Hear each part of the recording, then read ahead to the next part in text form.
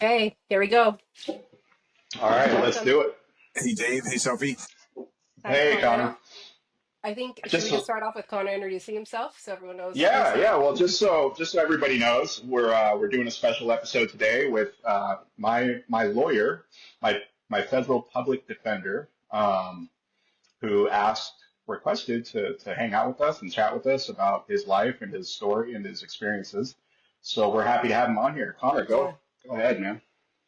It's David and Soph. I'm excited to be here. I'm Conor Huesby. I'm a assistant federal public defender, and while that is my job, I am here in my personal capacity today, um, just to talk about whatever you guys want to talk about. I love your guys' podcast. I have watched most of the episodes, Thank That's you. so awesome. it's really good. No, honestly, what you guys have, I think, is you have this really amazing relationship, you two, where there's just like so much trust and openness. Um, that it's kind of inspiring, and it's fun Oh, to watch. There's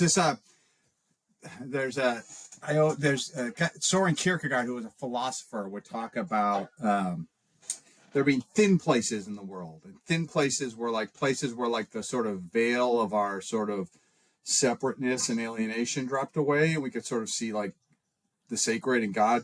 And I think thin places can be for some places in nature. It can be like a state you reach in meditation or whatever. It can be a piece of literature or art. Um, but in some ways, sometimes I feel like you got like a really open, loving relationship, like you guys have. Like the way you guys interact is sort of a thin place that I think makes people Ah, feel connected. Uh, I I love like that. that. I so love that. so yeah, so I'm happy to talk to you guys about, and I'm fascinated by all the things you guys talk about, like trauma, addiction, religion. Those are all. I'll be interested to talk to you guys about our different experiences with religion, because I kind of had the very opposite experience with religion that you have. Um, Okay. and listening to your podcast has sort of made me, and in my head it was like the superior version, right? Because I'm kind of self-aggrandizing that way. Um, but listening to your guys' podcast made me think, well, maybe it's not, right? Not. Yeah. But so anyway, anything and Okay. anything you guys want to talk about them. All right. Well, as we do most or all of our podcasts so far, I'm going to start with a joke, and this one's it's rated R, but only for cursing. Otherwise, the material is fairly mundane. A 4-year-old and a 6-year-old have decided that today is the day that they are going to start cursing. So their mom wakes them up. They trudge down the stairs, and the mom looks at them and says, "What would you like for breakfast?" And the 6-year-old goes, "Hell, how about some Cheerios?" And so the mom goes, "What?" So she races at him to beat him, and he runs up to his room, and she locks him in his room, and she's like, "Don't ever say that again." And she walks back down to the 4-year-old. She's like, "Good Lord." She says, "And what would you like for breakfast, sir?" And he goes, "Fuck, not the Cheerios." You know what? I like that one. The whole time I was like, oh God, where Yeah, is he yeah. When we going? started out for the 4 and 6-year-old, I just thought, oh god, yeah. No, Same. that was a No, good It's joke. like, no, not the children again. no. This one's a Very pretty good good. one. Yeah. All right. Well, I think we should start with Connor and your just maybe your beginnings, man. Like where just your where you grew up, how you got into being an attorney, and just some of your details about your life. So, I was born in the Bay Area, but moved to Oregon when I was 6. My parents divorced when I was 6, and so my mom, my brother, and I moved to Portland. But yeah, I grew up in a very non-religious household, like very non-religious. Hmm. Um, my family is all sort of like, very much. We're all, doctors, scientists, lawyers, people who like pride themselves on being like rational, scientific people. Yeah, So so Uh-huh. not that we so are. Not that we so you're are. saying you're diametrically opposed to us as individuals. As Uh, opposed to what, Connor? and so my religious upbringing was really my mom loved gospel music, and so we go to church about Yeah. once a year to hear gospel music, but that was it. Um, so yeah, grew up in Oregon. pretty charmed life, frankly. Mm. Family had enough money for everything we needed. Certainly did not experience much trauma in my life. Went to college out in Maine. Went to a little school called Bowdoin, a little liberal arts school. I didn't go. Honestly, I didn't go to school thinking. I kind of felt like I might be a lawyer. So to be honest, I kind of wanted to be. I wanted to be a baseball player, but then at about 13, I was like, oh, I'm still 5'8", 150 pounds. Not gonna happen. Nope. So when I realized obviously that was not gonna be an example, I didn't really. I kind of wanted to be an author. I do a lot of reading. And I had like these grandiose ideas that I would be like the next Ernest Hemingway or something like that. I'd write the next great American novel. I've had those delusions as well. I still have them sometimes. But I got to college, I realized that wasn't really practical either. So I decided I want to go to law school. I studied political science and psychology in college. And then I went to law school. I took a year off and kind of hung out. We did some traveling, and then went to law school. And I went to law school kind of knowing I wanted to be a public defender. I had an uncle who was like sort of a jack of all trades, small town lawyer in Vermont, and he always talked about how by far the thing that gave him the most satisfaction in his career was doing criminal defense work. And so. And, my mom was a social worker, and so she was always sort of working with and advocating for poor people. So I had that sort of like underdog, like fight for the underdog, help the poor sort of mentality. And I was fascinated with crime and, things like that. And so, well, Don't mind me. And so, so pretty quickly, I my first year, you kind of have to take all the classes. But pretty quickly, I was like, it confirmed for me that I wanted to do public defense work, and that's what I did. So that's sort of my. Go ahead. Was public defense in part informed by just like your mom's social work and just that aspect, or why defense, public defense? Sure. I think that was part of it. Was that just like growing up with a mom who was very like socially conscious of like wealth inequality and things like that.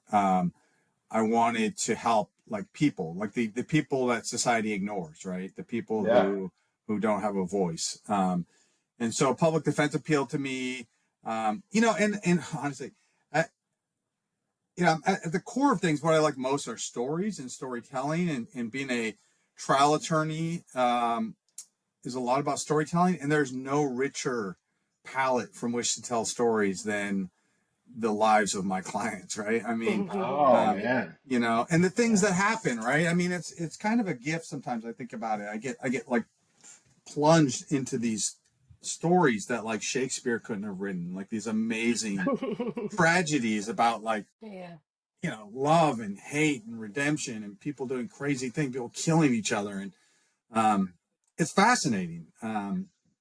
So you really get into the pathos of the human, for sure. And that always interested me. Why do people do the things they do? Yeah.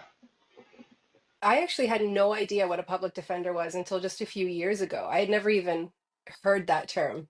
And then, all of this happened with David. What is like, I guess, and I'm guessing a lot of people don't know what a public defender is. Like, how would you describe the difference between an attorney, like a private practicing attorney, and a public defender? May I ask one question first? Yeah. I have to get this out of the way because it's bugged me for so long. What is the word? Is the word lawyer and attorney interchangeable? Yes. I actually don't. They're exactly the same thing. Yeah. Okay. So what is a public defender? So about 75 years ago now, the Supreme Court decided a case called Gideon, which said that if the government is trying to take your freedom away, put you in a cage, right, which is what criminal prosecution is, and you cannot afford an attorney, then the Constitution says the government will pay for your attorney. So that's where sort of public defenders come from. Okay. Probably, I don't know for sure, but if I had to guess, at least 90% of people charged with crimes are represented by public defenders. Wow. because it's just expensive, right? Most people, like, especially in federal court, right? Like, I handle cases that are extremely complicated and expensive. Like, yours wasn't necessarily the most complicated case, Dave, but like, I do handle big, big, like big drug conspiracies or gigantic frauds, or I do death penalty cases every once in a while, and that would cost millions of dollars to pay somebody to do that, and 99% of people can't do that. So that's what a public defender is. Then there's a whole group of attorneys who are in private practice, right? And they just hang up a shingle or join a firm and solicit people to buy their services, pay for their services, and some are good, but I mean, one of the things that I always tell folks, clients sometimes who are wondering, like, oh, should I be represented by a public defender, is that a public defender's offices, there is a huge amount of training, and there are quality standards, and there are things you'd have to do and learn to stay in the job and maintain the job. And there are some very good private attorneys. Most of them were public defenders. But there's also just a huge number of private attorneys out there. I mean, anyone can hang up their shingle and say, who's licensed as an attorney, and say, I do criminal defense, right? And so oftentimes people end up hiring a private attorney who just doesn't know what they're doing. Like I said, there are good ones, but yeah. And so that's what a public defender is. There's state public defenders, and each state has a different system, and then there's federal public defenders for people accused of federal crimes. So, and I start in the state system. Go ahead. Are there county public defenders, or how far down does it go? Yeah, when I say state public defender, I mean, like, typically they are organized by county, right? That's typically the way, but it's actually, the state public defense system is actually really interesting, because in a lot of states they have the public defenders it's an office of the state, right? Like, it's a government office, which I think is a better system, because then you have a government office typically where you have public defenders getting paid the same amount, again, the same benefits that the prosecutors are getting. It's a more balanced system. Some states like Oregon typically rely on groups to form nonprofits and then get contracts for public defense. And so, for example, in Oregon, for the first 11 years of my career, I worked for a nonprofit that provided the majority of public defense in Multnomah County. Wow. And so the problem with that system, in my opinion, is that it's kind of a race to the bottom in some ways, because there's the state sometimes wants to contract with whoever can do it cheapest, right? And if one nonprofit says, "Oh, we can handle 10,000 cases at the rate you're paying them to handle 1,000 cases," it can cause problems and result in more people. Public defenders are overwhelmed, underfunded, that sort of stuff. So I've heard that on a local level. Part of the problem with public defenders is because they have so many cases, basically too large of a caseload, that they end up encouraging individuals to take, like, plea deals that might not be their best in their best interest. Is that true? Or I think that probably happens to some extent, or just like encouraging people to take plea deals that maybe could be better if they had the time to figure out, whatever it is, the mitigation in that person's background, or the problem with the evidence that was seized, the legal issue. When they don't have the time for that those things can happen. But for the most part, I think public defenders get this sort of bad rap. they do. They do. And in my experience, public defenders are often the very best criminal defense attorneys, very experienced, very knowledgeable, and in it for sort of the right reasons and a lot of passion. So, and it varies, of course. Like the federal public defender, the nice thing about the federal public defender is, the federal system is generally thought of as like more desirable to be in, right? The pay is higher, the benefits are higher. It's sort of like this prestige thing. And so what ends up happening is, for example, when my office hires, we have our pick of attorneys who have been doing this for a long time who have proven that they can do this and do a really good job. Whereas as a state public defender's office, this is a really tough job, and they're hiring people right out of law school, and about half of them can do it and the other half can't. There's nothing wrong with that, the fact that they can't. In fact, there's probably something wrong with you if you can't sustain this. But so yeah, it just really varies. The federal system in general is a lot more stable, a lot better funded, that sort of stuff. So. Yeah, I had heard, I don't know if I heard this from you or sometime at the beginning of my whole case, that federal public defenders were essentially I was going to get better representation because I committed a federal crime, you know? That's actually, I think, sometimes sad but true. I've had, in federal court, we get cases with much, like for example, drug cases. We get cases with much, much bigger drug quantities. Mhm. And I have had numerous times where I'm representing a client with a huge amount of drugs who ends up with a much better result in federal court sometimes than a person in state court who had a much smaller quantity of drugs, just because the federal court system overall is so much better funded. So they've got an attorney who's much better funded and has much more time to work with them. They've got a prosecutor who has the time to actually look into the case and learn about the person they're prosecuting. And you've got pretrial services that are well funded and that can help people, like what happened with you, David, like help people find residential treatment and turn Yeah, their yeah. lives around. And so, there's a huge difference for someone who's committed a crime who can come in a year after the crime's been committed and say, I've completed residential treatment, I've got a job, I'm sober, and have, prove to the judge and to the prosecutor that why are we putting them in prison now? Whereas in state court, someone like you, who is poor and has, mental health or addiction issues, they'd probably just be arrested, given a court date and said, sort of good luck, check in with a PO once a month. Oh, you know, man. no other support, and then they, Yeah. that person keeps struggling, and we wonder why, and then they end up going to So, prison because the judge says, well, we gave you a chance, and it's like, yeah, did you yeah, though? So the did the you? moral of the story is if you're going to commit a Go crime, big or go commit a home. federal one. I would not Just say that's the kidding. moral of the story, but yeah. It would be so funny I if you did had it right. I did also. it right on the first time.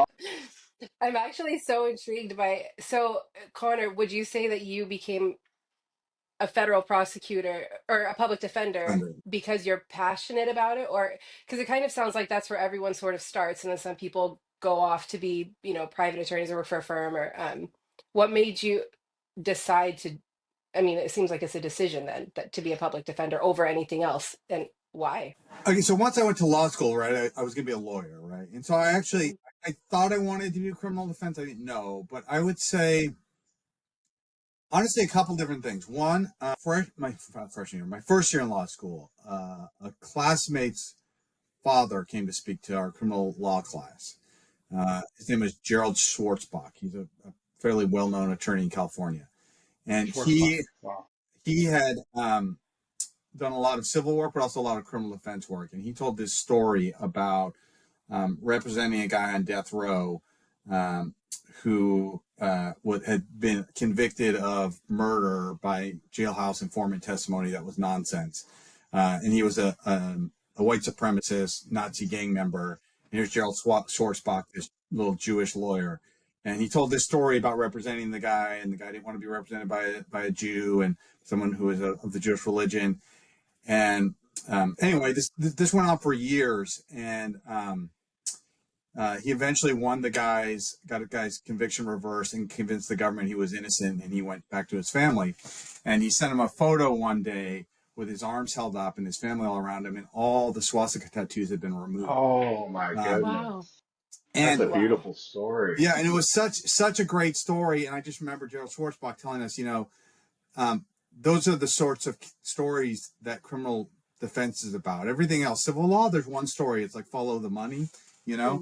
Mm. Yeah. Whereas in criminal law, they're real human stories about redemption and suffering and lots of just Yeah. interesting things. And so, um, Man. I went to my summer after my first year, I went to Vermont where my mom was living at the time, and I worked for like a civil firm, and I found that to be totally true. The cases were just boring cases about money, and I just wasn't interested in it, and so I went back and decided to do public defense. And I didn't want to. I don't. There have been various times in my career where people have said you should go into private practice, but I don't want to do that.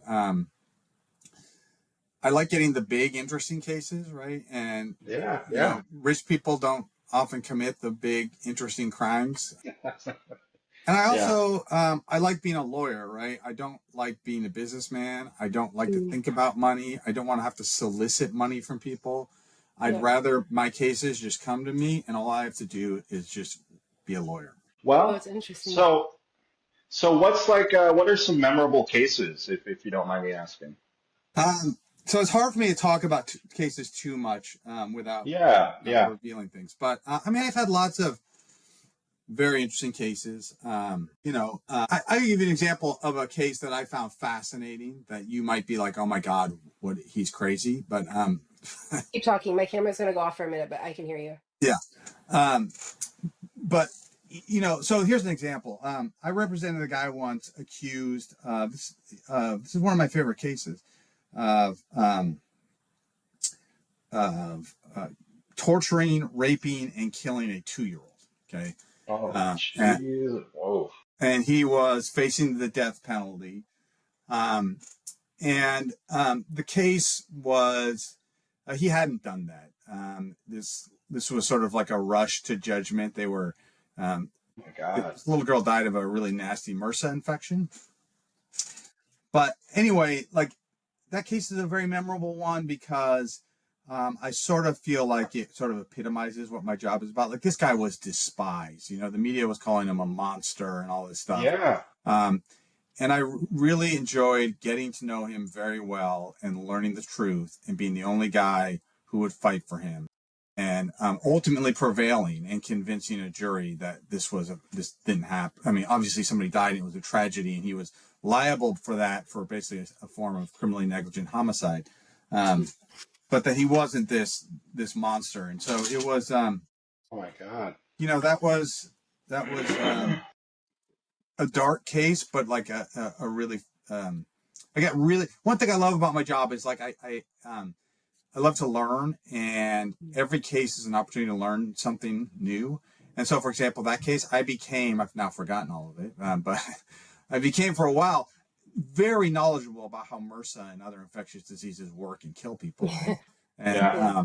Yeah. Yeah. it's just things like that. So, I've had lots of interesting cases. I've had some funny cases. I once represented this woman who was hoarding rabbits. I mean, it's sad. She had some issues, Oh, but they were yeah. confiscated, and then she broke into Oh, a police station and got the rabbits back, and then just was always getting caught with rabbits. It was just what a like, hero. yeah. The rabbit savior. So It's Oh man. it's interesting. everything from, but yeah, there've been lots of very interesting Yeah. cases. So. I mean, that's a really intense story about that guy. And just you being so involved with the details of like stories like that. Like while you're talking, I was thinking about like you sort of interact with society in a very specific way that most of us never will or have. And like how does that affect how like I'm going to bring this to religion right now because all that's all I can think about is you've experienced kind of like the very niche parts of society that are pretty dark. And also, even in our legal system, I'm sure you've experienced a lot of injustice and then also justice. Like you've like really interacted with the scales of justice, so to speak, in a way that I mean feels sort of biblical. And like has that affected how you view God? I feel like it could make you super disenfranchised with God, or it could make you really believe. Yeah. Um, That's a great question. So I'm kind of, It I is. think, an agnostic. Mm, Like I don't know if there's a God, and frankly, not to offend anyone, but like I don't see how you could be anything other than agnostic, right? Like I think like anyone who says like there definitely is a God or there definitely isn't, like like no, nobody actually knows that. Um, How dare you, Connor? You come on uh, this. uh, We're trying to start a cult, Connor. All Yes, right? guys, I'm God.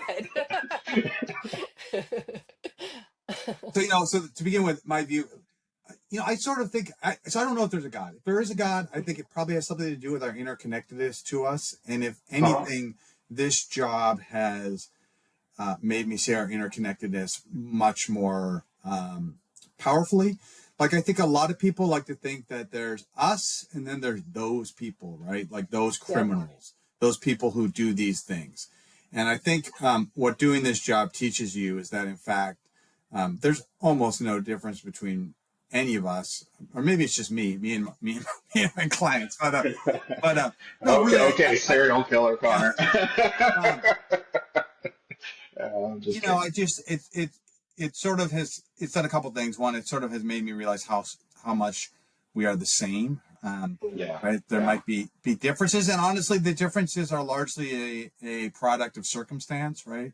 Um, Yep. and how you brought up, and your genetics and your history of generational trauma and all that. Um, so we're all very similar. It's taught me that, but it also often inspires me. Um, to see, like, yes, there is a lot of sadness, right? There is people dying and my clients' families being ripped apart and people who I come to really care about, my clients going to prison sometimes for up to the rest of their life. But Hmm. there's also within that um, there's a Yeah, lot keep of going. resiliency and redemption that really inspires me. I can't tell you how many Yeah. times I just did it this week with a case with the guy with a really, really, really, really rough background, really, really rough. And just thinking to myself, if I was him, I would have grown up to be the most callous, like hopeless, Mhm. angry person. And the fact that he still has all this hope and grace and kindness and compassion in him, like there's this resiliency, this universal sort of spark that in us that nothing can really get rid of. Um, so yeah, if anything, it's made me, I think, feel more closer to people and more hopeful about people. So That's so Well, thank interesting. I you. would have like Yeah. thought that you would lose faith in, yeah. I mean, I guess hearing it, it seems like in some ways your job is like restored faith in humanity a little bit, or has it yeah, been both things? I mean, I think sometimes it's both things, but I think it's more the other. It's more Wow. like you see, when people come. When people are assigned to me as an attorney, they're often at one of the worst points of their life, and they're in crisis, and Sorry, that's where you. I'm just It's like I'm just remembering. I'm remembering the first day I met you, and I had like no shoes on. I'm like I hadn't slept right for like 3 days. Like the FBI was dragging me from here to there. I had spent like a night with like some guy that was like tripping. Yeah, I no, it think was it's really like the the literally title. the literally the worst like moment in my life. Mm. Yeah, um, yeah. I know it's always weird. I often um, I'll be meeting a client for the first time. I'll say, "God, it's so nice to meet you," but it feels so wrong because it's like, they're Just like they're generally the just first looking at you. I meet them, they're in a jail cell and something really, really bad has happened. Yeah. But Yeah. what I was about to say something.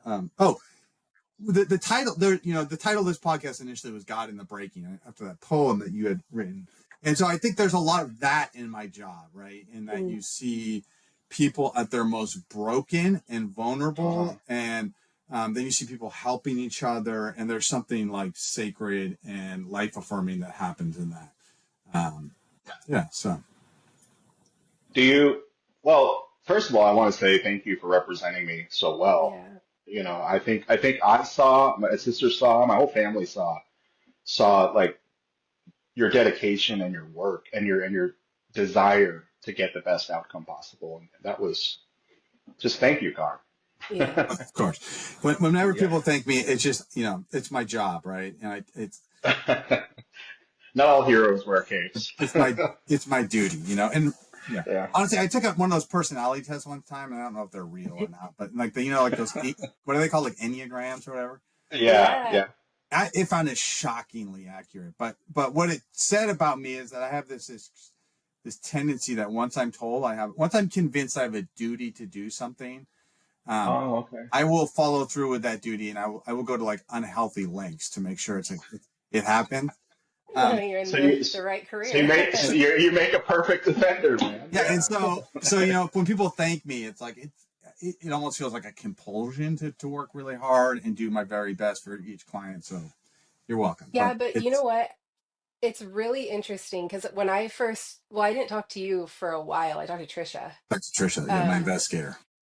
yeah, and like I was so I just remember feeling like I have to humanize my brother because I need them to care about him on a human level and like feeling like so much anxiety. Like what if they just see him as just some other person, just like and realized pretty quickly the way you guys cared about David created such a safety for me. I mean, it's I know it's your job, but also you could just and then when I met you in person and realized you genuinely cared about him, and that was such a relief for me because you are representing, someone who has committed, a potential crime, and you're talking to their family and asking, give me context, and like the feeling of like, how do I make these people care about my brother as a human, and realizing you really do. You guys, that's so significant. I think that's what we're thanking you for, because that's like when we, yeah, at the end of everything, I just felt like I was going to cry the whole time, just realizing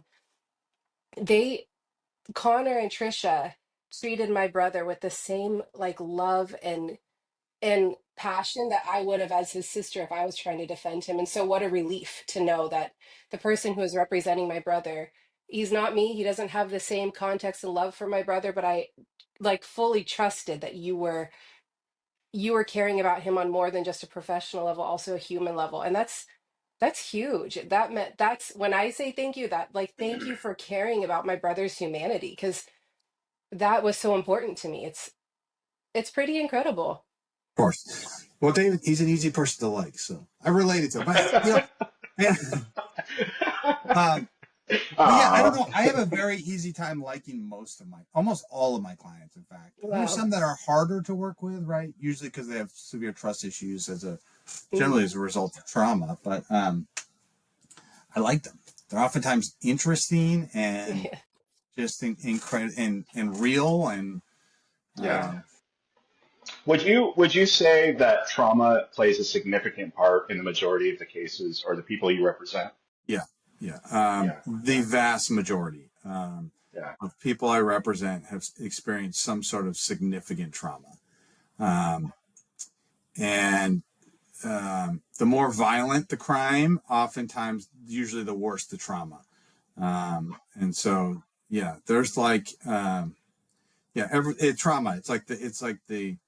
It's, I mean, I used to go to this death penalty. I went to this death penalty training called Santa Clara Death Penalty College, which is a great training for if you're a death penalty attorney. And like the whole motto of that training is always childhood matters. And boy, is that true. Like it Yeah. really, really matters. So yeah, most people, there's some trauma back there. So A friend of mine, Hallie Reed, she's an occupational therapist at Western Oregon University. If she's watching this, hello, Hallie. She's a wonderful human being, but I remember her telling me a long time ago, because as she was, studying to become a professor of occupational therapy, she was like, childhood has such an immense bearing on an individual's outcomes in life. And like it was becoming clear to her. And as she explained it to me, I remember thinking, oh my God, that's why I'm fucked. but see, you're not, David, right? This is why I love my job. And I mean this, Yeah. you're not, because Yeah. you're resilient, right? And you have a gift, Yeah. Yes. right? You Yes. do. You have a Yeah. gift. You have a real gift of compassion and kindness and listening, gifts that I frankly don't have as much of. Um, Well, um, thank you. and so you're not fucked, right? You had some challenges, but they're gifts. Which is one thing I've always wanted to ask you guys is Yeah. speaking about challenges is I was listening to one of your episodes and you were talking about the anxiety you felt growing up like always wondering like if you were going to hell, right? And Uh-huh. Uh-huh. like Hmm. if I do this wrong, am I going to hell? And I kind of was smugly thinking to myself, like, man, I figured that out like early, and I remember Motherfucker. I, Good for you, Connor. Good I for you. I remember very distinctly. I had some neighbors growing up. Maybe they were members of the Uh, Bible. I don't know, but they yeah. were super religious. Like these were the sorts Yeah. of people like didn't believe in holidays, and like when you went to their house for Halloween, they just like handed you a piece of scripture, and it was just like it's just terrible.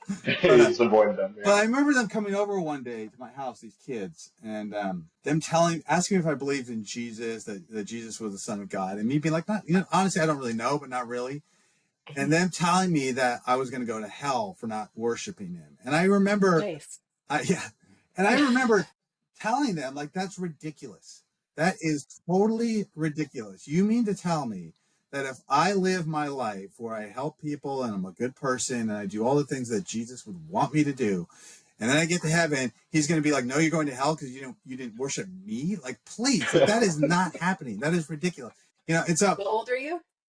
I was probably like 10 or like 8. Yeah. And so Wow. I just thought that was absurd. And so and Yeah. so as I was listening to you guys tell the story, I was like, God, what a relief to not have to deal with that anxiety my whole life. Yeah. I'd have other forms of anxiety for sure. But then I also thought, and this is where the question comes in, I was like, maybe I missed out on something, right? Because um, right, like I do think you two, and listening to you, you have an openness to sort of like the sacred and to awe and wonder that Hmm. is probably in some ways enriching in your lives. It Whereas is. I am such a rationalist, uh, and demand evidence, like real Yeah. evidence, so much that maybe I'm missing out on this sort of awe and wonder. And so, like, would you trade places? Would you have been the tenure? And That's it's fine to be like, fuck you, of course I Wow. would have, you know? no. That's a great question, Connor. I mean, you need both types in this world. And we have to exercise both faculties, right? I mean, the rational and the irrational. I think balance is the goal, being able to enjoy both of those things. I appreciate, as much as I've struggled with irrational things in my mind, and I've dealt with my psyche and my id, if you want to get Freudian about it, or is that young? I've dealt with it long enough to know that I'm a fairly irrational person, but I struggle more to be rational. I struggle more with my logical faculties, and with that being said, I enjoy that part of me because it's also the source of a lot of my creativity and yeah, awe and wonder and the ability to really look at the invisible aspects of life and appreciate them without evidence. But that's just Hmm. me.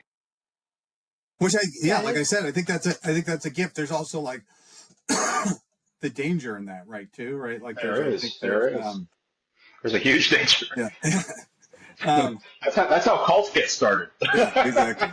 I don't know. What about you, Sophie? Like I like sometimes when I hear you talk, I hear you talk about things in a way that, um, I think sort of imbues them with a sacredness or sort Yeah, of just no, that I don't sometimes see, and sometimes I wonder, would it be better for me if I saw those things? Not all the time, like not like God's yeah. controlling everything I do, but yeah, would you trade places?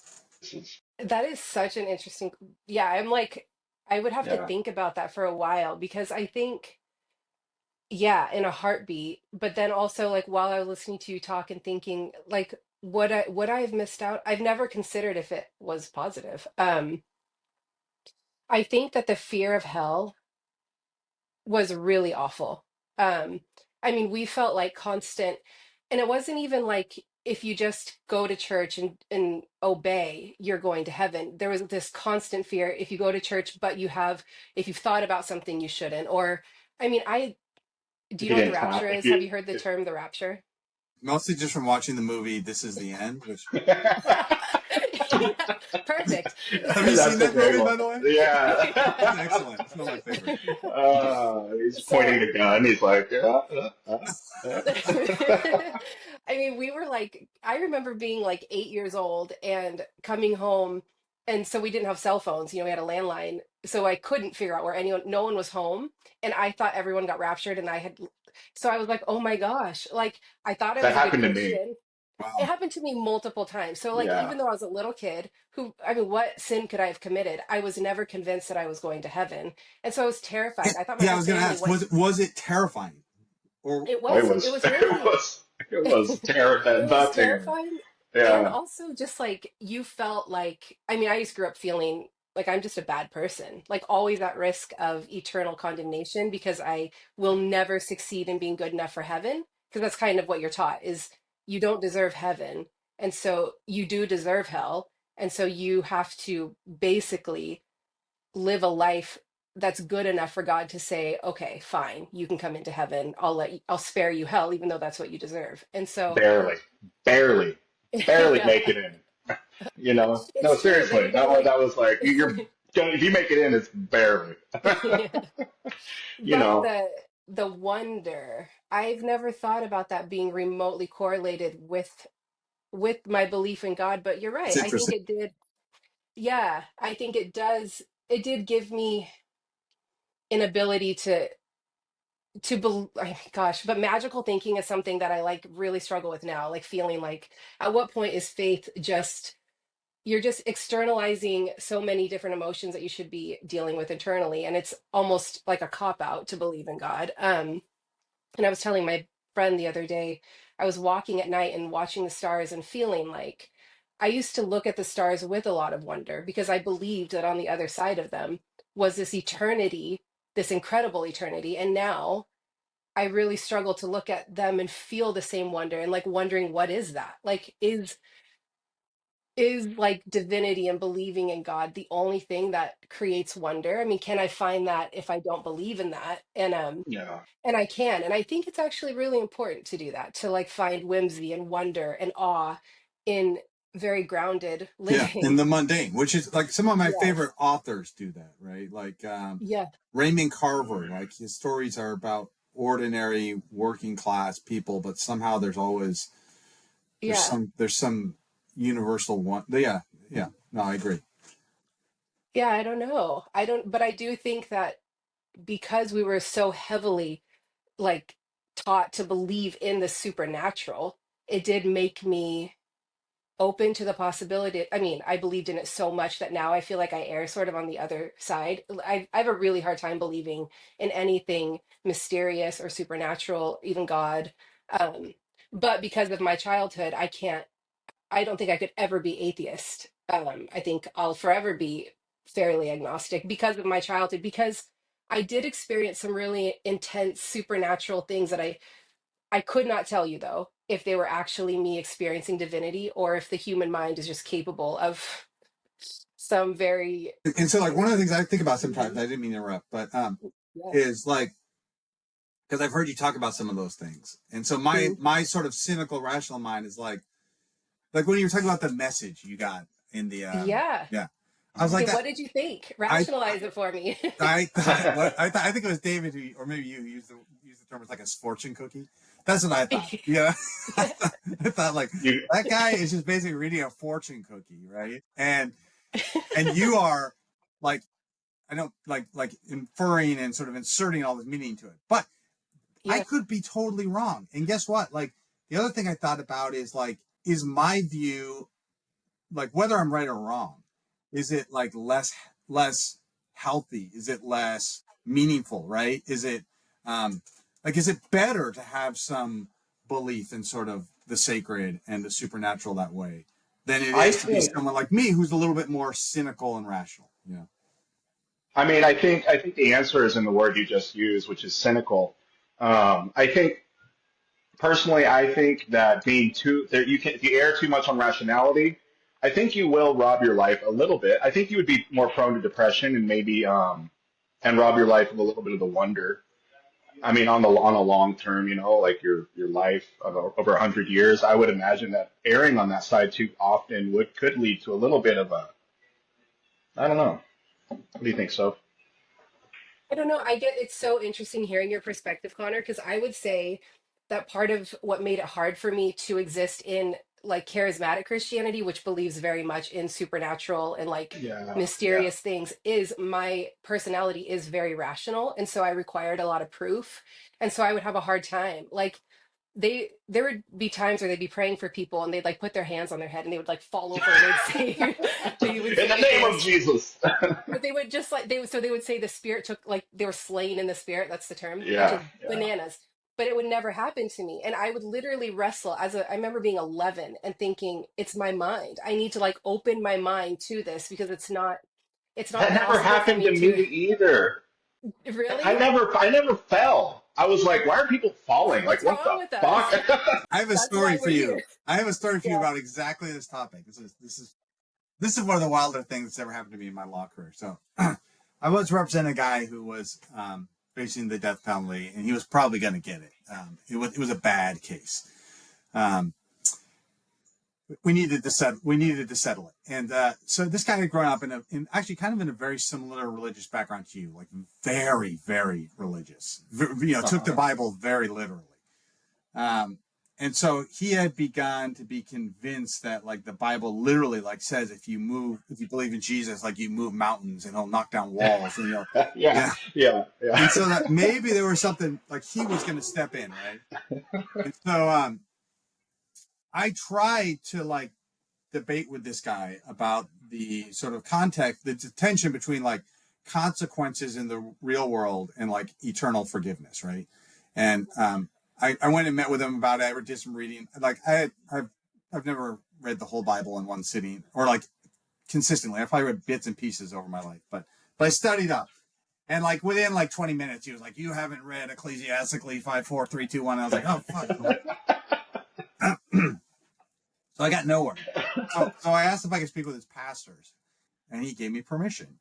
Um, and it was these two women. They were twins. They were probably in their 50s. They had big blonde hair. They looked like Tammy Faye, both of Whoa. them. And they loved me, and they helped counsel my client in a much more positive direction. And so the case eventually settled the way it should have. And they were always inviting me to their church, and I didn't really want to go to their church, but I felt like I owed it to them, so I went to their church. And so um, we did a service, and at the end of the service, the whole congregation held hands and said a prayer. And they came up to me afterwards, and they were like, it was like they'd done like a line of cocaine or something. They were so excited, and that I'd done this. And they said, "Would you mind staying around and tell everyone else leaves, and you can say another prayer with us?" And I said, "Sure, I'll do that." So people milled out, and they came up, and we held hands, and they said, "We need to ask you some questions first to make sure you're ready." And they explained that I was now going to be accepting the Holy Spirit into my heart. I had already accepted Jesus. I was going to accept the Holy Spirit. Okay, okay. Like, you've Yeah. been through it. You know this one, huh? Yeah. Oh yes, yes, we do. This has happened many times. And I'm so so they started off excited. these questions. I don't remember all of them, but there were things like, have you ever worshipped the devil? And, have you ever been in a cult? And have you ever done all these other things? And one of the questions was, have you ever engaged in witchcraft or magic? And then I said no. And they said, that includes reading Harry Potter books or watching Harry Potter movies. And so I said to them, Oh, I, that's so I, good. I Harry told them the Potter. truth, which is what I said. I have watched half of a Harry Potter movie. And they said, "Okay, that's good to know." And so we got through the rest of the questions, and they decided I was ready. And so they said, "Okay, repeat after us." And the first line out of their mouth was, "Dear Jesus, please forgive me for watching even half of a Harry Potter movie." And Did you feel the demons inside no, you and pushing then what happened is it? they laid hands on me, and they started Yeah. doing that, like hush, no, no, no, no, that crazy stuff. Oh yeah, No, exactly that. oh my God, don't do it. And I was sitting there thinking, God, speaking of witchcraft, this sounds like Harry Potter spells. Like this is crazy. But the other thing I was thinking is like, how does this end? Because it went on forever, and I was like, am I Yeah. Yeah. supposed to fall down? Am I supposed to like collapse? Like, what do I do to make this stop? And it just went on forever and ever. Your rational mind couldn't handle the. That is wild, Connor. So I've That been is Yeah. forgiven really for watching Harry Potter, although I have since relapsed into some Harry Potter. fully possessed again. Oh, that is wild.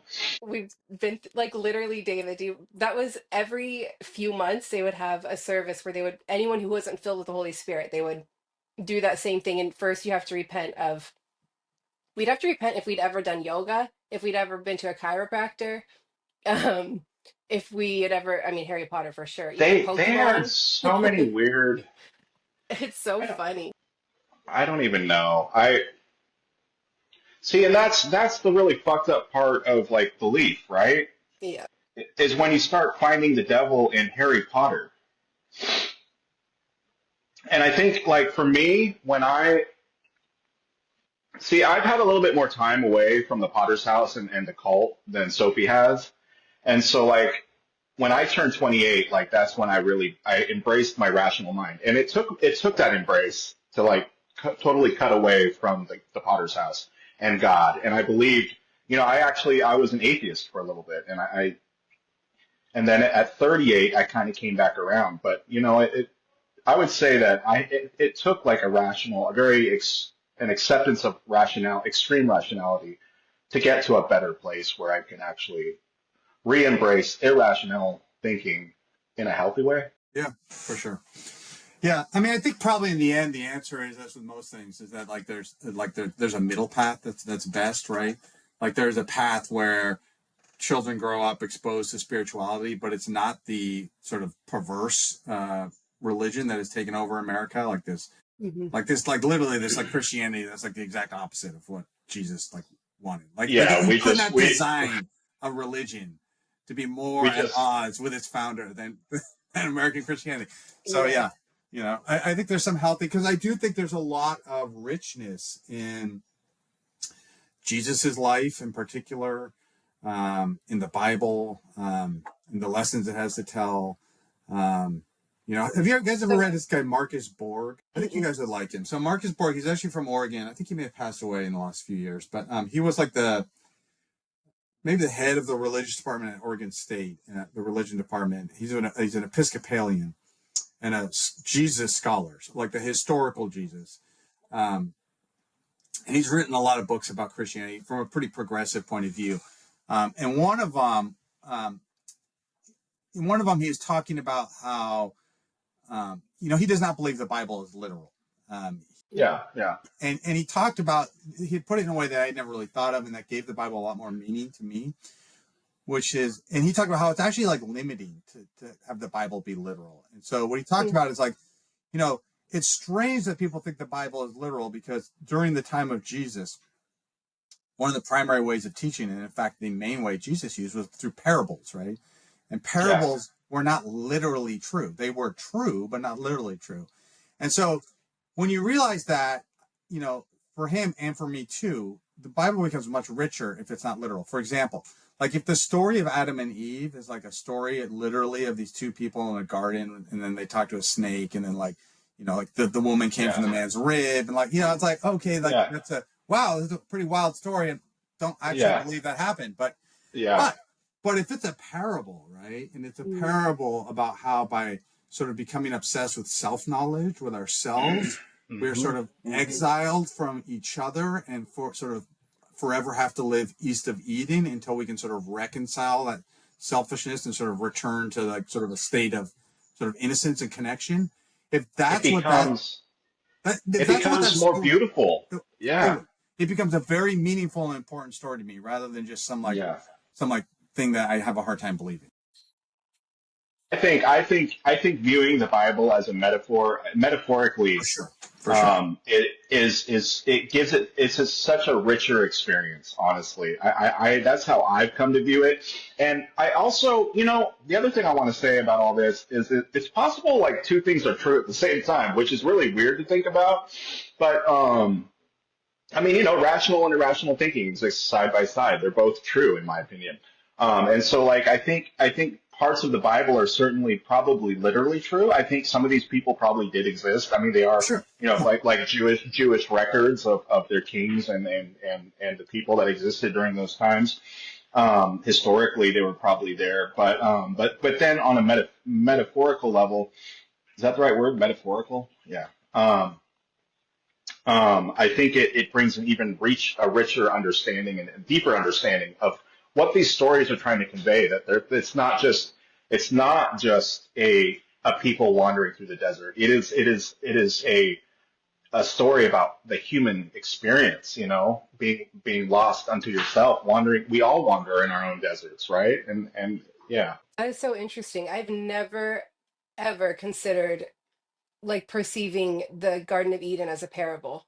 Um, that is such a cool way to, I'd have to like rethink the whole Bible. I've read the entire Bible many times, and yeah, that's fascinating. I think I like in the last few years have decided the whole thing is just kind of like a fairy tale in a little bit. Like, it's a lot of cultural importance to a very, it's an ancient text for an ancient civilization. And but like as I've gotten, I mean, now it's almost 3 years since I've left and realized there is something really important about the Bible. It's a historical, in a historical sense, but also, to a lot of people, the Bible is really sacred, and realizing to myself it is too. I mean, that as much as I hate to admit it sometimes, um, that book is really important to me.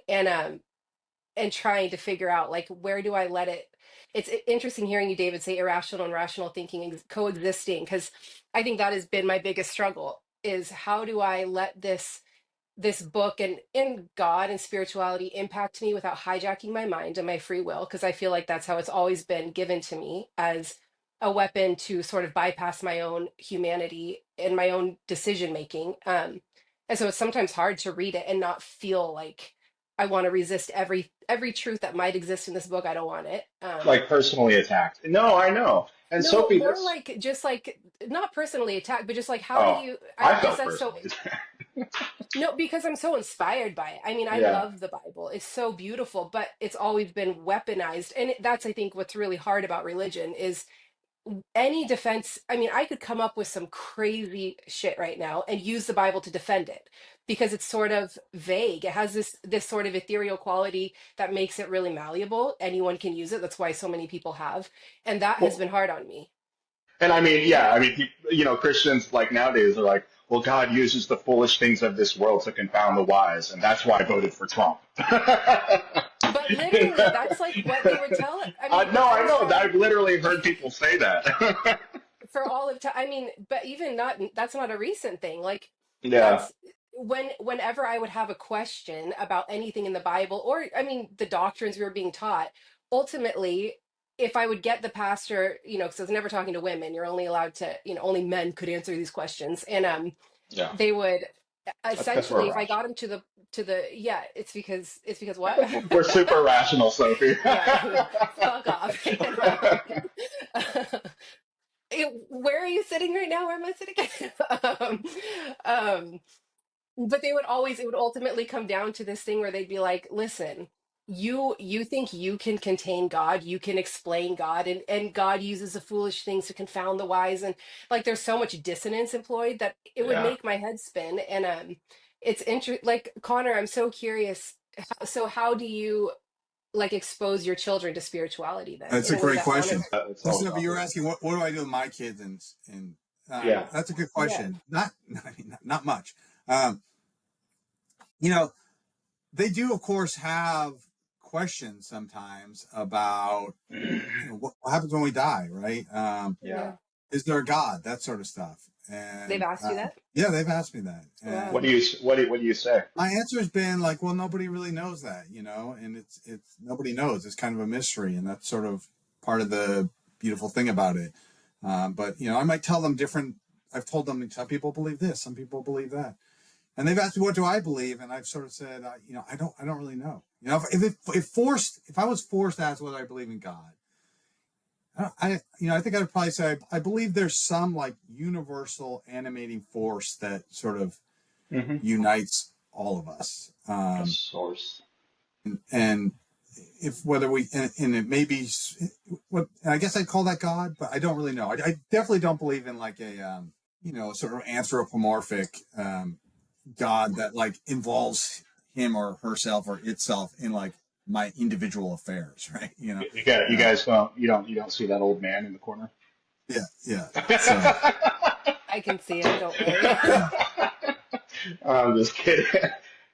So how would you feel if one of your children converted, like radically converted to a Oh religion? yeah, man, that's a good question. Uh, Oh, I don't know. I think I would. It's a really good question. I don't know. I think I would challenge some of their beliefs, not in like a mean way, but just in like uh-huh. a gentle, like, Critical. what about this? What about that? Sort of thing. I've thought about taking my kids to church. There's actually a church just down the street from me that they have like a sign outside that says their beliefs, and they're the sorts of things I would believe in, right? Like a Yeah. pretty open-minded liberal church. Yeah. So I've thought of taking them there, but then I think, man, I've got so much to do. I take them No on a time for hike. Jesus? I take them on a hike every Sunday morning, and so it's Well, that's church. yeah, and so I sort of feel like I don't want to take them away from that. So Hey, Yeah, it's hey. interesting. Yeah. Oh, Go go ahead. ahead. No, I was just gonna say nature is church, man. Nature is church for a lot of for people. sure, for There's sure, for sure. nothing wrong with that at all. Yeah, Yeah. I think that's where I've experienced in my like the darkest, the hardest parts of all of this when I've been outside alone in the forest. That's when I have felt like if there is something divine, I'm accessing it here. It's a thin place, But right? It's a thin place. yeah, yeah, yeah, very. I love that. That is, yeah, the veil is very thin. And but I've, obviously raised my children in heavy religion until 3 years ago.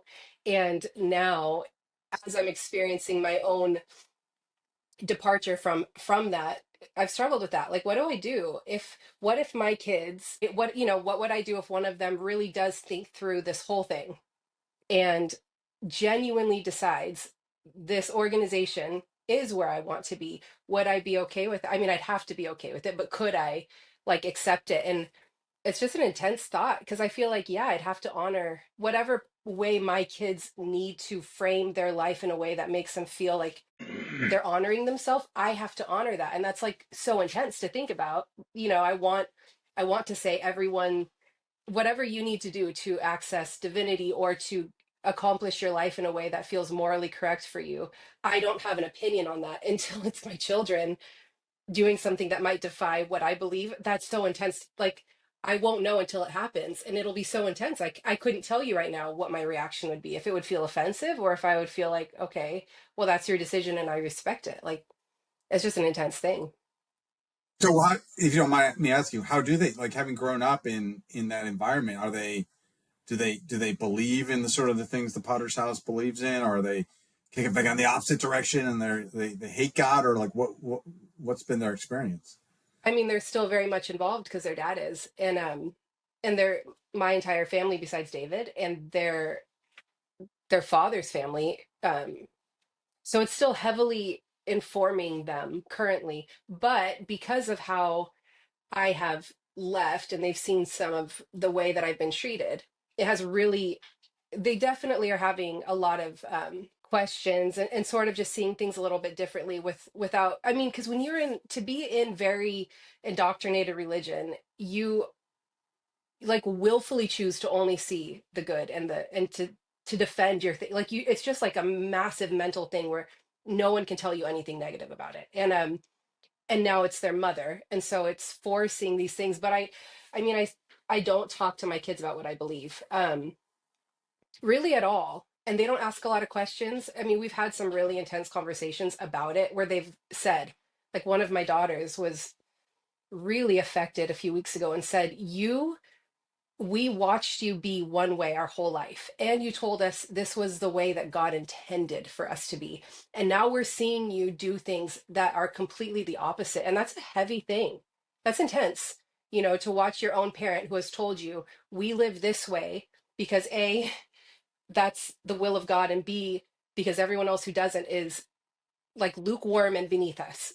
So I've participated in my children's own indoctrination, which is an incredible thing to like reconcile with. But then how do you it wouldn't be fair for me to say, okay, well, now I believe something else, and so I'm going to radically indoctrinate you in the opposite direction. That doesn't feel right. But yeah, I mean, they're still very involved, but I will say I'm really proud of them for how they've started to, I mean, they still have a relationship with God. I think God will always be a big, important part of like how we speak and how we interact with the world, but they definitely are a lot more open-minded, I guess I would say, to other ways that people access God. But I mean, they definitely look at their mom and with a lot of like caution, like, we don't know. We know you're a good person because we know you and we love you, and I'm very close with my kids, but I can see it. There's a lot of Yeah. confusion about whether or not I would be willing to bet my kids wonder if I'm going to hell. And that's intense to think about. And but I mean it's just the truth. I mean, Dave, I mean Oh, to I know, I know. It's just sad. It's sad. it is, but it's really intense. And it's kind of an interesting thing, because I think like thinking back to what Connor, like, would you switch places? I do think it's kind of cool, not cool. I don't, my kids are having to like grapple with a really intense concept, and they have to wrestle now with a really important decision. And I don't think, I think they'll be better for it. Um, I mean, to have to think through now, are we going to condemn our mother to hell because of the way we've been raised and this belief? Or are we going to have to look at our mom and realize there's a disconnect here, and what is it? And then what does that mean about the rest of what I believe? I think it kind of pushes a really important, paradigm shift that needs to happen. I don't know. But yeah, that's where my kids are at. Hey, It's heavy. It's so heavy. no, it's okay. It's okay. You're Yeah. allowed. It's honestly, I'm happy for you, Sophie, and I'm happy for you because as hard as it is, I, I, I would. It's a good experience for them. Like I would have rather have had that experience at that age, to be honest. Because I spent my 20s and 30s meandering through life, so Mhm. scared of this fucking reality that I've been taught. I spent like 2 decades, man, trying to fucking understand life because everything I'd been, like it was ripped out from me. I didn't have any context. I was, you know, as hard as it might be for them, in my opinion, for me, just looking at it, I feel like it's going to have a better outcome for them. Do you feel like that or no? Mhm. Yeah, I think I sometimes try to be careful not to excuse the consequences of my actions by saying they'll be better for it, like I'm helping create, not that you're doing that, but it's something I'm No, pretty yeah, careful with. Like, yeah. I think a lot of parents can do it. We've experienced it where you say, yeah, but, don't you think you're better for it? No. But my children wrestling with spirituality and morality this way, I do think it is really good for them, but unfortunately, it's good because they've been heavily indoctrinated in a different direction from me. So I created the problem, and then I'm also creating the solution. Yeah, So, but maybe there'll be some balance in the end. You know yeah, what I mean? Yeah, yeah, yeah. Like David said, I'm yeah, sure you would have appreciated having like a model of a person who could sort of escape this yeah. fear-based existence and move into a more healthy place. And so your children have that, which is pretty It cool. is interesting that it's a parent because I do think, I mean, my brother left, and I think I would have had a much easier time realizing how abusive our church was if it would have been my mom or dad, and the church would have come for them. Having it be my brother, I mean, it's so sad that that wasn't enough for me. But I do think it's interesting when it's a parent because my kids are so defensive for me, and that is so hopeful.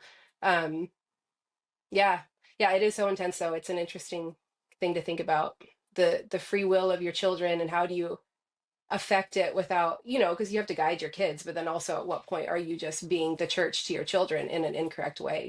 Yeah. Hey, why do the ladies love Jesus? Because he's hung like this.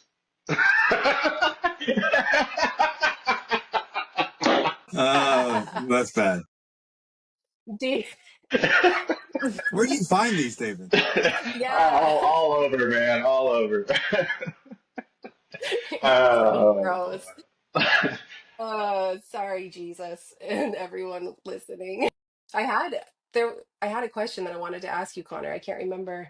Well, I mean, we're already over an hour in, but I did have a question because you said you didn't really have much trauma in your life, but that you, but also you've been sober now for quite a while, and Oh like, yeah, yeah, your recovery.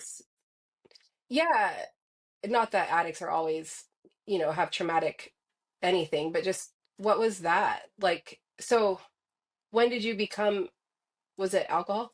Were you It an was alcoholic? awful. Yeah, yeah, yeah, yeah. So I come from a family like the alcoholism runs deep, right? There's a lot of men in my family. My father, his father, I think his father before that. Other males in my family who have had problems with alcohol. So yeah, for me it was just there was a lot of genetics. And I was always told the nice thing is that when I was about 12 or 13, my dad got sober. And so he always, and my mom too, they were both very frank with me. They were just sort of like, we're not going to stop you from drinking. You're going to drink.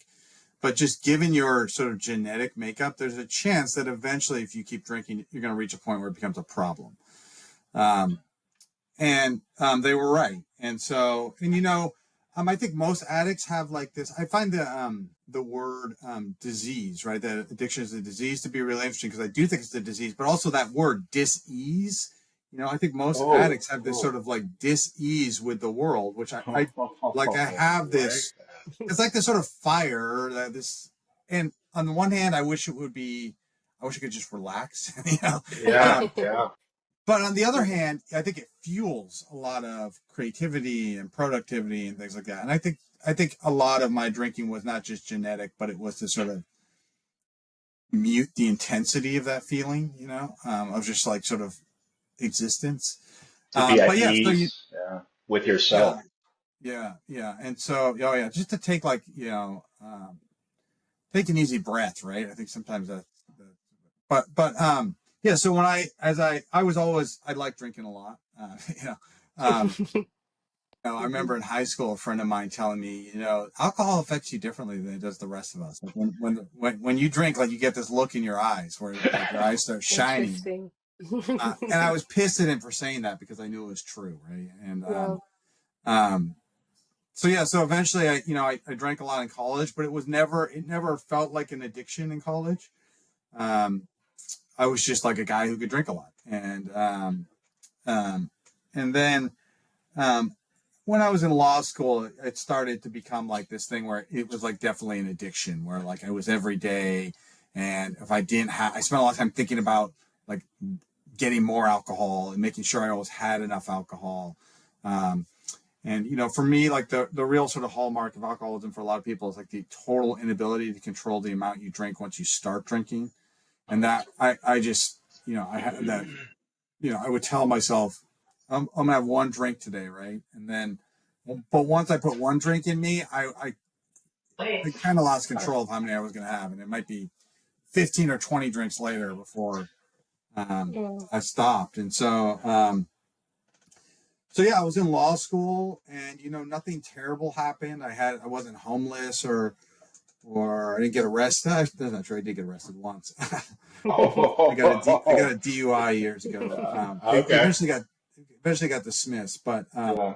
but yeah. So I was in law school, and I was realizing that I could see the writing on the wall. Let's just say that. Like Mhm. my dad always used to say, alcoholism is kind of like an elevator. Like it's going down. That's the only way it's going. And it's questions like, when are you going to get off? Yeah. Oh. Mm.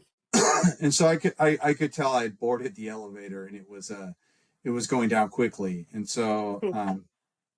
so the good news is I knew that I could call my dad. And so I called them, and I went to my first AA meeting, and I got sober. I How had like long? what's that? How long have you been sober for? Since December 28th, 2005. So I first got sober about Wow. 6 months before that, Uh but huh. then I hate flying, and I was still early in my sobriety, and I got on a flight, and I got like it got real rough, and I like ordered some whiskeys, and so that was the last time I drank. Um, Wow. but yeah, so Wow. and December 28th. I'm actually my dad used to say, I think everybody ought to have a chance to be an alcoholic at least once in their life. And I found that to be true because, like meeting like other addicts and going through the recovery and has forced me to sort of examine myself and learn things about myself that I never would have otherwise had to learn or examine. And I think Yeah. it's improved my life tremendously. Yeah, that's sort of my story, you know. And drugs were not a part of my story, but it's not because I was like too good for drugs, right? It's just No. because um, they weren't like available to me. If they had been, I Mhm. have no doubt I would have gotten into them. You know, in fact, I Wow. remember one time. You know, the scary thing about being an addict is eventually the drugs stop working. That's like the really scary part, right? The Hmm. alcohol stops like bringing you the sense of calm and ease that it did before, and it just becomes like this horrible thing that you do out of sort of compulsion, and then leads to like misery. And so when that happens, that's like the scariest part, I think, of being an addict. And I remember thinking in law school, man, alcohol's not working anymore. I'm gonna have to switch to something else. I'm gonna have to go to something harder. Oh. And my girlfriend at the time was in the harm reduction sort of profession, and she worked with a lot of heroin addicts and stuff. And I was like, man, maybe I'll get some heroin. You know, like you know, that was my thought. Yeah. You know, Wow. I didn't go there, but that I just want to say, you know, just because I haven't done, you know, addiction is addiction. It's not Yeah. like Yeah. I'm any Yeah. better than anyone else because I was never a heroin addict. Yeah. I could never take meth. Like I don't even like meth to me. Like I'm already fast enough. Like I don't need to get any faster. You need something to slow you down. Yeah, yeah. So yeah, that was sort of how It's it. interesting listening to you talk about it. I was realizing, like humans, we are so arrogant. I mean, just like you saying that your form of, religion maybe was superior to ours or how you were raised, but like listening to you talk, realizing I was raised in religion, and so I like literally while you were talking, realizing people who weren't heavily exposed to God still do a lot of the very human wrestling. I mean, like with addiction, and even like you had a very unproblematic childhood, and still found yourself like, wanting to be an author like Hemingway, because no doubt you've thought about all these things and realizing you don't you don't really need like heavy indoctrination to be able to wrestle with like very esoteric sort of the heavy things. I know that sounds so dumb, but it's like so surprising to hear someone who wasn't raised like me engage in Yeah. that kind of thoughtfulness and wrestling, because we were just sort of taught to believe if Yeah. people, aren't in this, it's because they're dumb. Like people are just Yeah. so Yeah. willing to just like not think about this stuff. We are special and we think about this stuff, and realizing you We viewed were. ourselves as superior to other people because of You our definitely Yes. think about it, right? I mean, I have a yeah. very, and sometimes I wonder if this contributed to like my drinking. Is I have this very distinct memory of being like maybe 10 years old and looking in the mirror and sort of like I was getting up in the middle of the night and suddenly realizing that like that the person in the mirror was going to die someday and like there was nothing Oh, we could do about it, and it just like rocked my world, right? I think I Yeah. kind of wow. never really stopped grappling with that. Yeah. And I think I'm sure alcohol, part of what alcohol did for me, at least until it stopped working, was sort of ease that existential dread. Um, you know, but at the same time, Yeah. and so like I've often thought, like, what if I could get rid of that, like that sort of like yearning and um, that sort of But sense of disease. it's Like, what would I drives want you, to? isn't it? Yeah. Yeah, would I want to? Right? And I don't know. Like sometimes I worry, like if I just was suddenly at peace with everything, would I still, be able to? Yeah, and part of the problem is I've been so indoctrinated to believe that like hard work is like what makes you valuable, right? And I so know. I think it's hard to Yeah. let go of that. But also, yeah, I wonder. I think it gives me insight into things that maybe some people don't. I've been through periods of depression, Yeah. um, and nothing horrible, right? I've never Yeah. attempted suicide or thought of suicide, but I think that I don't think I'd want to never have experienced that. I Yeah. think Yeah. experiencing those things helps me adds to the richness of life and helps me communicate the richness of life in other people's stories in ways that I couldn't do if Absolutely. Yeah. you know Oh, for my Absolutely. sure. my wife, who I love dearly, is the most normal person in the world. She's the most normal, stable That makes person in so the much world, sense. and Yeah. so it's great. She's a It, great counterbalance to me. yeah. Um, Yeah. Yes. You got to have one but to I with the remember other. telling that to someone once, and because like she's perfectly happy to just like spend like a day off at home, just like enjoying herself, right? Just Yes. like just and like I always have to be doing something, and I'm always a little bit on edge, right? And she's always like, about what? And I'm like, what do you mean Yeah. about what? Like about like the fact that like you're alive and like everything's happening and like you know like the big things, right? And Yeah. so I wish that I could just. So I was talking to someone once and saying like, I wish I could just like chill, right? Sometimes, and but then they're like, but would you trade places with her, right? Like the question I asked you guys, and I was like, she's the most mellow, chill, probably most stable person I know, and the answer is probably not. Yeah. Yeah. Yeah. This is, You know? for better or worse, this is the life you've been given, and it's the Yeah. best one. It's the best one possible. You know. Yeah. And so sometimes I Yeah. wonder this. I actually wondered the same thing about you, David. Is one fear I think I've always had is that I'm just gonna like go crazy someday, right? I've been Um, on that. I've been on yeah. that cliff. I've been on that cliff for 20 years, What's it Connor. like, Dave? It's nerve wracking. And what I suspect I find. I was thinking about this the other day. Like sometimes I'm afraid of like like I'll just like panic at some point. But like, and then I was like, well, maybe I've already done that like a few times, but I've been through it and it wasn't that bad. And so Yeah. Yeah. part of me wonder, David, for you is like, I think when I was young, I had a really bad experience with psychedelics when I was like 15. It was a bad decision. Yeah. Yeah. And then my mom told me this story. She warned me about like this guy who, I swear she made this story up and she's traumatized me. But she said like a coworker of her had like a friend of hers who took like some mushrooms in high school and now his left side of his brain and his right side of his brain won't stop shouting at each other and he just wants to die.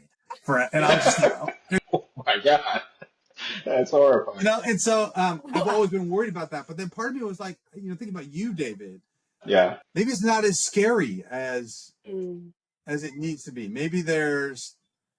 Like maybe there's much greater value in that than and there's not as much to be afraid of, And so I don't know.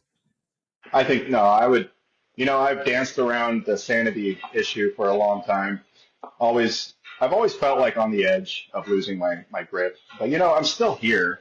And actually right now I'm doing better than ever. I'm sober. I'm happy. I have a podcast that's like a hobby of mine that I love. I love working on it. I love being a part of it. I'm doing something with my life that I feel is valuable right now. And in all honesty, I'm better than I've ever been. So those 20 years, spent living on the edge of sanity, um, I haven't lost it. Not yet.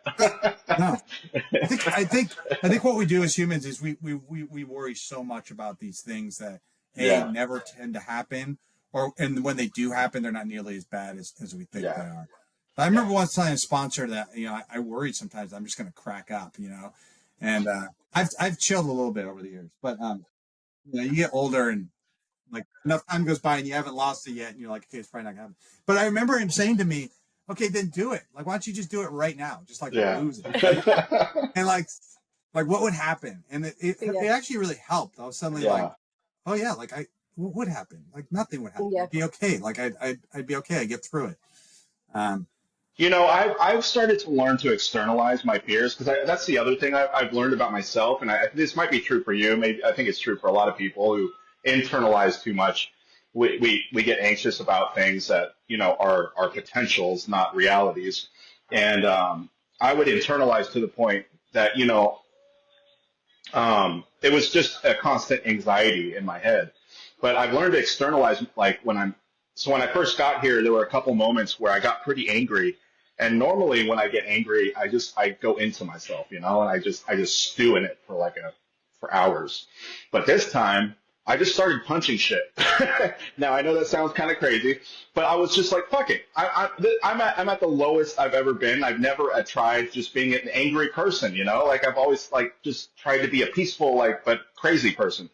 So I just lost my shit and I threw a chair and then like people like freaked out and they were like, are you okay? And then I was like, yeah, I was angry.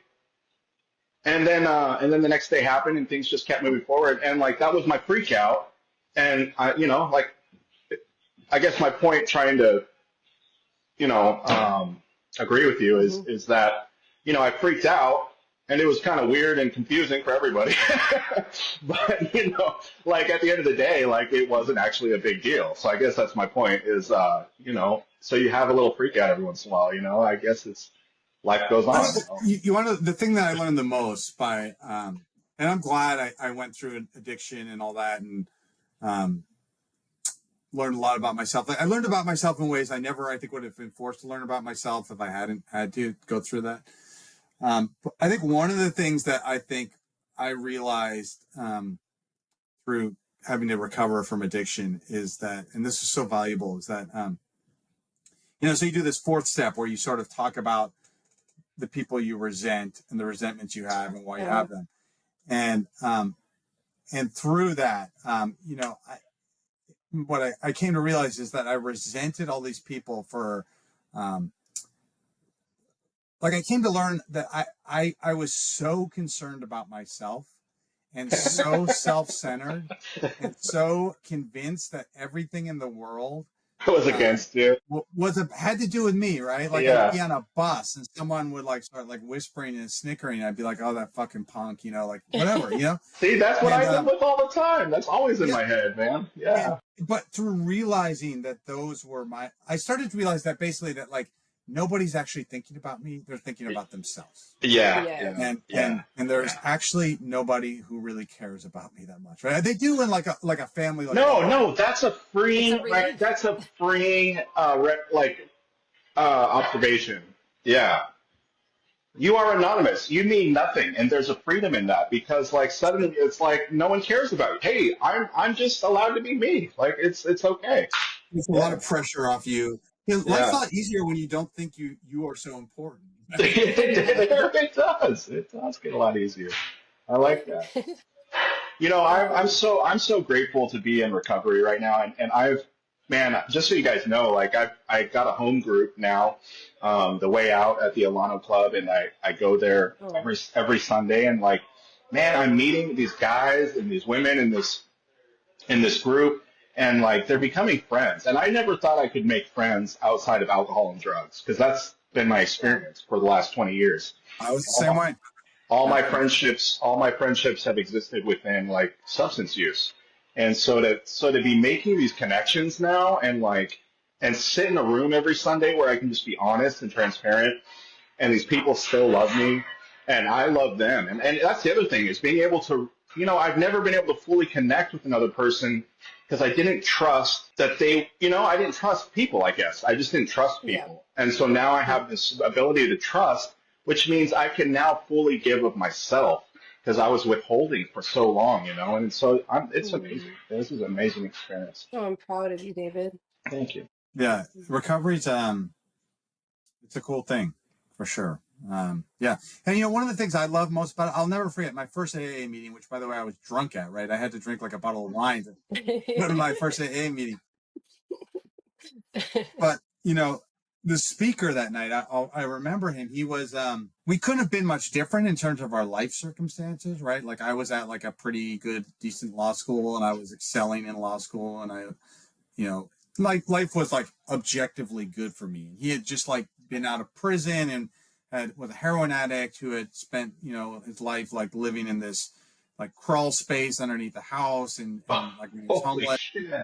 shooting heroin constantly, and so very different life circumstances. But when he Yeah. spoke and he told his story, like the way he thought about life and using drugs, it was identical to me, right? Like we were just the same people.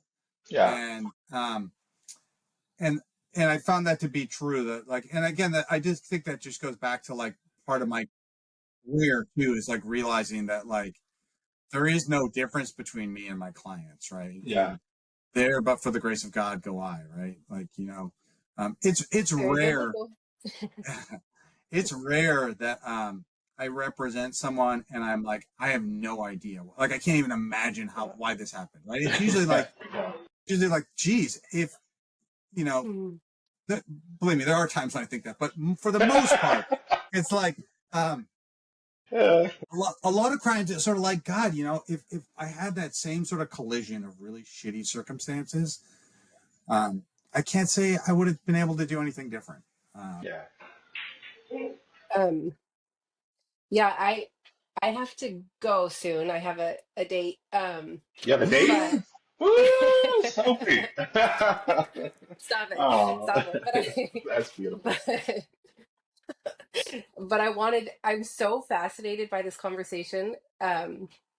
Listening to Connor talk Uh-huh. about like realizing he's not that different from his clients, and then listening to Yeah. him, even the story you just told us, Connor, about the guy who lived such a different life and realizing that you still had such an intersection with your human experience. And it's just interesting to realize, like, I remember being 6 years old and like realizing I'm gonna die, and I sat there and like recited all the ways I could die, and it freaked my little brain out.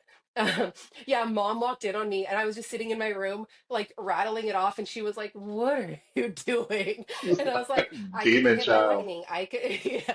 It was bonkers, but Yeah. like I think it's interesting to hear Connor talk, because realizing in so many ways you wrestled with life and divinity in the same way I did. And I've always wondered, did I just wrestle that way because of my church experience? And Yeah. to Yeah. it's kind of interesting and relieving, and also like I feel a little bit guilty for putting so much emphasis on the church and our parents, because maybe I would have experienced all of that anyways. I mean, not to the degree, and it wouldn't have been so affected or informed by, but it's just fascinating to realize my personality might have always led me towards that kind of wrestling. And it's just kind of relieving too to like think, okay, well maybe I would still be this interesting and thoughtful even without the Yeah. church. Maybe Yeah. that's just my personality. That's relieving. I'm not just a product of my trauma. And Yeah. yeah, it's fascinating. I've loved that parallel, specifically listening to you talk, Connor, and realizing there is really, we do have such unique experiences, but ultimately we are so all a part of the same thing, and it's just kind of cool to realize that. No, David, you left it. There you go. My phone's at 7%. Well, would you guys ever want to do this again, or because I've had a good conversation. I Yeah, mean, I'd be totally up for it. Yeah. okay. Okay. Yeah, Yeah. I you mean, know I what I feel just thought you were gonna do, David? what? I thought you were gonna say, do you guys want to pray? That's like, because that's what they would always do. Oh God. You just, you leaned in the same way they always do. Like, hey, do you guys do you want to close in prayer? Oh Let's my close in God, that prayer. like Yeah, gave bow me your heads. anxiety. It's like, what are you doing right now? This has been Yeah. wonderful, Connor. Thank you so much. Of course, yeah. Thank you for having me on, and thank you. Well, I did have one question for you, Dave. Yeah. I mean, what was the experience of being represented like? Like, for example, Yeah. um, I think sometimes, well, I've been doing this for almost 20 years now. And so sometimes I wonder, like, are these concepts that I take for granted, like that I just assume I know? Do I like just, is it confusing? Is it too confusing for you guys? Or Um, I've also been told sometimes I come across as pretty stern and serious and intense sometimes. I think, Generally, like, but people will also say once they get to know me, they can trust me really easily. I yeah. don't know. What was it like for you? I would say, like, once I got to know you, I realized that this person right here that I'm talking to is someone I trust and someone that I know cares for me. I will say that when we were in, well, let's see, usually like in meetings between us or like at the courthouse, you were in your lawyer mode, and you were very cut and dry. And then when you were representing me in front of the judge, it was strictly business, and you would use words and phrases that I didn't necessarily understand. I will say that, like, listening to the prosecutor talk.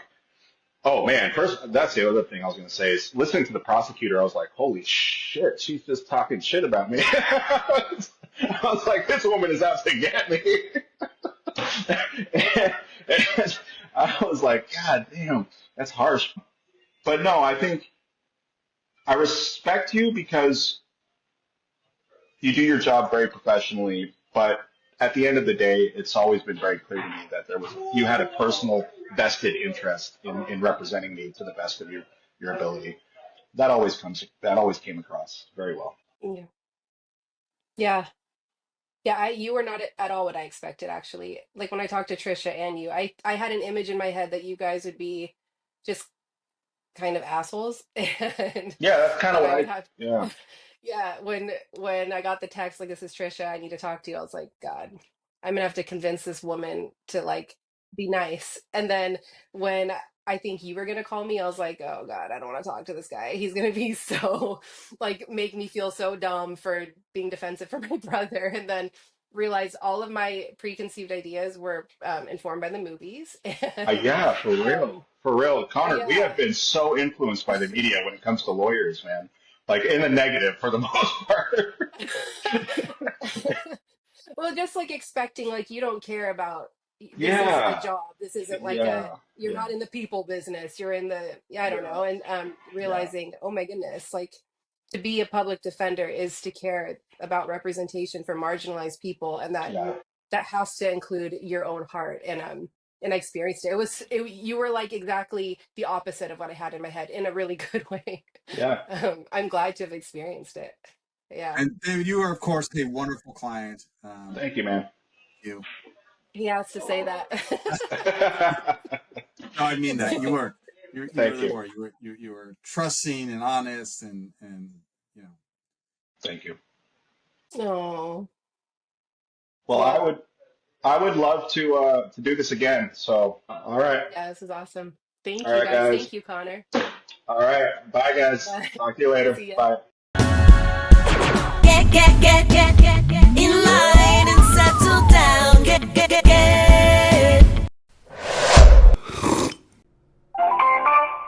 The number you dialed is not a working number. Please check the number and dial again. Goodbye.